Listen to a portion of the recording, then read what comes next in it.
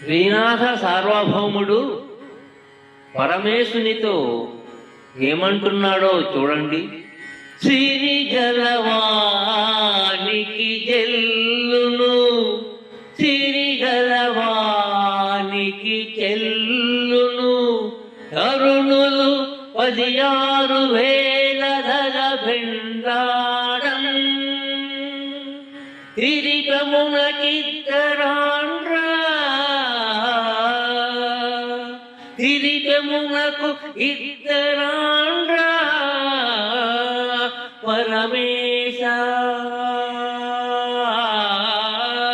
పరమేశ గంగ విడుము పార్వతి చాలు, సిరిగలవానికి చెల్లును, తరుణులు 16,000 ధర పెండాడం, తిరిగమునకిద్దరాండ్రా, పరమేశ గంగ విడుము పార్వతి చాలు. వర్షాలు పడక ప్రజలు చాలా బాధలు పడుతున్నారు. ఆ సమయంలో సాక్షాత్తు పరమేశ్వరుని మీదనే వ్యంగ్యంగా వ్రాసిన పద్యం ఇది.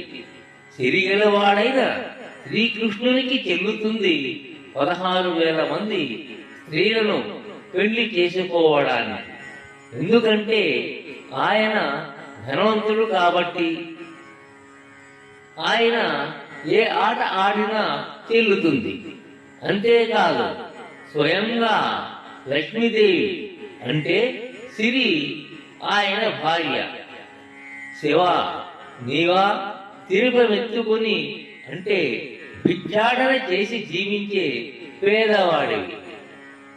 నీకెందుకు స్వామి 2 భార్యలు? నీకు పార్వతి ఒక్కరు చాలు, కానీ గంగను మాకు వదిలిపెట్టవయ్యా అంటే వర్షాలు కురిపించు అని చమత్కారంగా శ్రీనాథుడు వ్రాసిన పద్యం ఇది.